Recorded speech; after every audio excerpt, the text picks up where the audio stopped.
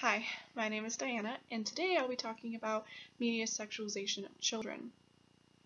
And this is something that's rarely talked about, but it has huge impacts on kids' emotional, psychological, and physical states. For this assignment, I read an article called I'd Say 14 is Too Young, A Preteen Girl's Negotiations of Sexualized Media by Sue Jackson and Sarah Goddard. And in this paper, they have two main themes.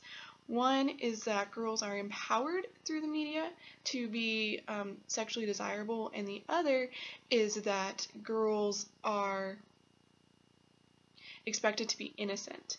And these create kind of a dichotomy where they don't know exactly what is expected of them. If you're interested, I attached a paper that I wrote on this topic a few semesters ago, and it further shows the implications of sexualized media on children. So for the first theme, girls are empowered by the media to be sexually desirable. So this comes from media images of girls just used as sex objects or whatever else. And this makes them think that they have to be sexually desirable to have worth or to be attractive or to be cool or whatever else they perceive out of it. And then secondly, girls are expected to be innocent. So they are expected to not know about what sex is or what being attractive looks like or this, that, or the other thing, expected to just be innocent and to not know anything. And this comes a lot from their parents.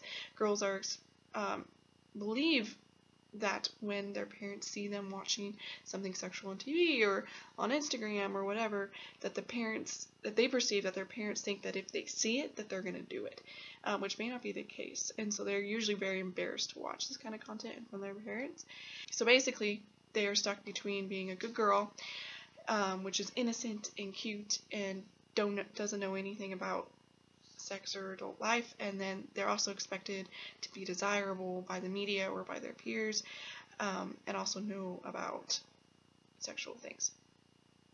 And so the article had a really good illustration of this as Miley Cyrus. If you remember a few years ago, when I was younger, Miley Cyrus was portrayed by the media to be this good girl, especially as Hannah Montana. She was this good girl who did all the right things, who was a great example, who was just a sweet, innocent girl that children should be looking up to.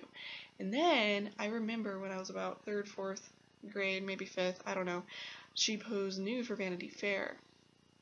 But I was really confused because I was hearing that she was such a good girl, and then she did this. And then she started pole dancing and twerking and kind of went down her crazy path that she went on. And yet, so she was portrayed as being innocent, and she was also portrayed as being a bad girl. And so she was a perfect example of what this article was illustrating, that girls in the media are expected to be innocent yet sexually attractive and desirable, and that is a perfect example of that. So in conclusion, this article showed two main things: that girls are expected to be innocent, and that girls are expected to be empowered and sexually desirable. And this has implications on them. They're confused. They don't know what to think. Around some people they might act one way, around other people they might act another, and this confuses them. And depending on what choice they make, whether they choose to be innocent and not care, or to pretend to be innocent, or if they choose to be sexually attractive and sexually desirable and sexually knowledgeable, this can have really big impacts on their cognitive function and their relationships, and